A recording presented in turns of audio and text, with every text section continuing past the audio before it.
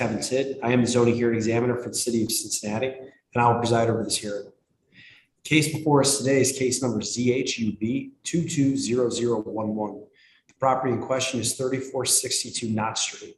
The purpose of this hearing is to allow applicants and opposing parties to testify and to offer and refute evidence of testimony. This hearing will follow the rules found in the zoning code and the supplemental rules of the zoning hearing examiner. All testimony and evidence that an applicant or any opposing party wishes to offer must be presented at this hearing. The hearing will proceed as follows. The applicant, the applicant's attorney, or the applicant's agent will first present the applicant's case. The public will have an opportunity to speak after the applicant has presented its case. If there is more than one person opposing an application, those persons should decide among themselves the length of time each will have to speak. If an opposition group is in attendance, I may request that a spokesperson be chosen to speak on behalf of the group. If the applicant is represented by an attorney, the applicant's attorney may cross-examine any person who has testified in the hearing. If a party of record is represented by an attorney, the attorney for the party of record may present witnesses after the applicant has presented its case and may cross-examine any person who has testified in the hearing. In the event that any party testifies or offers argument in opposition to an application, the applicant shall have an opportunity to rebut the testimony and or argument offered in opposition. After the applicant has been given an opportunity to rebut any testimony or argument offered in opposition, any attorney for a party of record will have an opportunity to make a closing statement. Finally, the applicant will have an opportunity to make a closing statement. After all presentations have been made, I will close the hearing. A decision may be expected within 2 weeks. I may limit or exclude any testimony that I deem irrelevant or outside the scope of the application being considered. I may interrupt any speaker to ask questions or make any comments. I may also refuse to consider hearsay testimony or documents. This means evidence you want to introduce that consists of a statement made by a person who is not present at this hearing or a document that includes a statement of a person who is not at the hearing. In the event of any technical difficulties with the video conferencing technology, I may continue or postpone the hearing at my discretion. All persons providing testimony will be sworn in now. Do you solemnly swear that the testimony you shall give will be the truth, the whole truth, and nothing but the truth? I do. What is your name for the record? Megan Meyer with ABC Signs. All right, why don't you tell me just a little bit about your project? So the project that we are doing, well, kind of across all of City of Cincinnati, many of the schools are looking to update their monument signs. So South Avondale is included in that.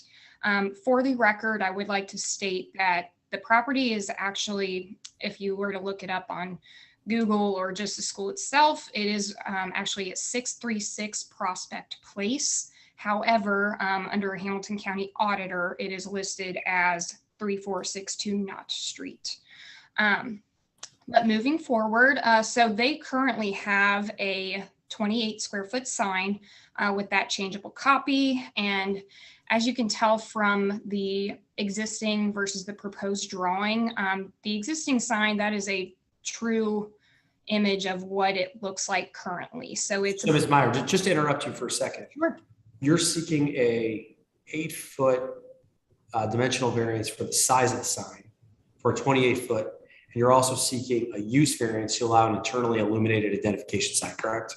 That is correct. I apologize. Yes. Oh, it's okay. So are you telling me that the sign that you're replacing is roughly the same size as the sign that you're proposing for the same area? Yes, sir. That is correct. Okay, please continue. So the existing changeable copy cabinet is 36 by 84 inches, and the proposed electronic message center, it's a little deceiving, so I do apologize for what the drawing, on the drawing. That top cabinet that specifies South Avondale Elementary School is actually 12 inches by itself. So 36 inches is only what makes up the height of that electronic message center, which is what equates it to that 28 square feet. So they are just looking to really update, and we will be cleaning off the brick and kind of updating the whole thing to make it look, you know, a little bit nicer and kind of more up with the times, I guess you could say.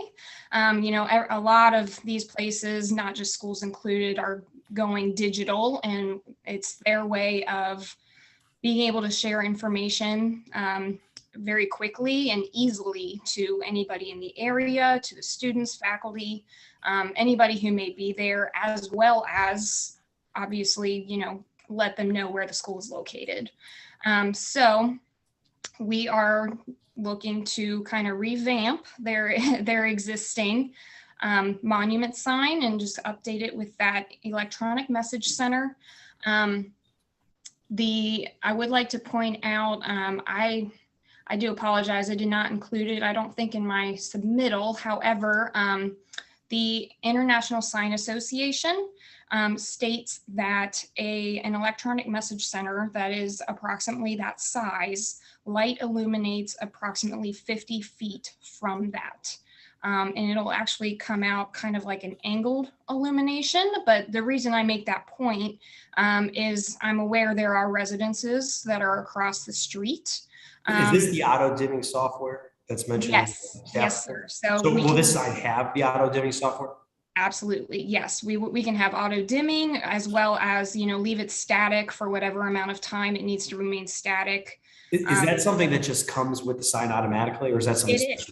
Nowadays it is, yes. So all of those electronic message centers are equipped with those capabilities.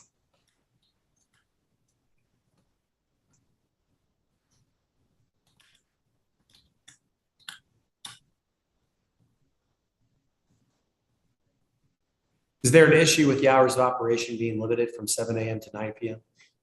Not at all. The school is not open at that point in time. And it's pretty much dark year round around that time. So I think that would be very easy to abide by. Would you say this allows, like, I know there are other schools in the area. Do you think an updated sign allows them to compete with private schools and charter schools that may be competing for students? Potentially. I mean, in my mind, I see it as they're willing to put an investment into their school and their property and continue to grow with the community, and really just, paying attention to the little things. This is from a personal point of view, but, I look at those things, how well does a property take care of their own things? So I would look at this as hey, this school is really updating and taking care of their things. And I would see a direct correlation to the benefit of that school in relation to that.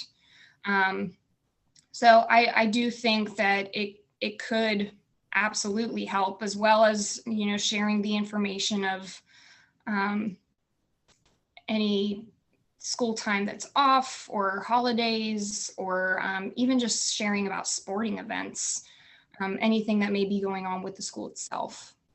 Sure, Ms. Meyer, I don't have any more questions for you. Is there anything else you'd like to say before I close out the hearing today? No, I don't think so. All right, well, hey, thank you. A decision will be issued within 2 weeks.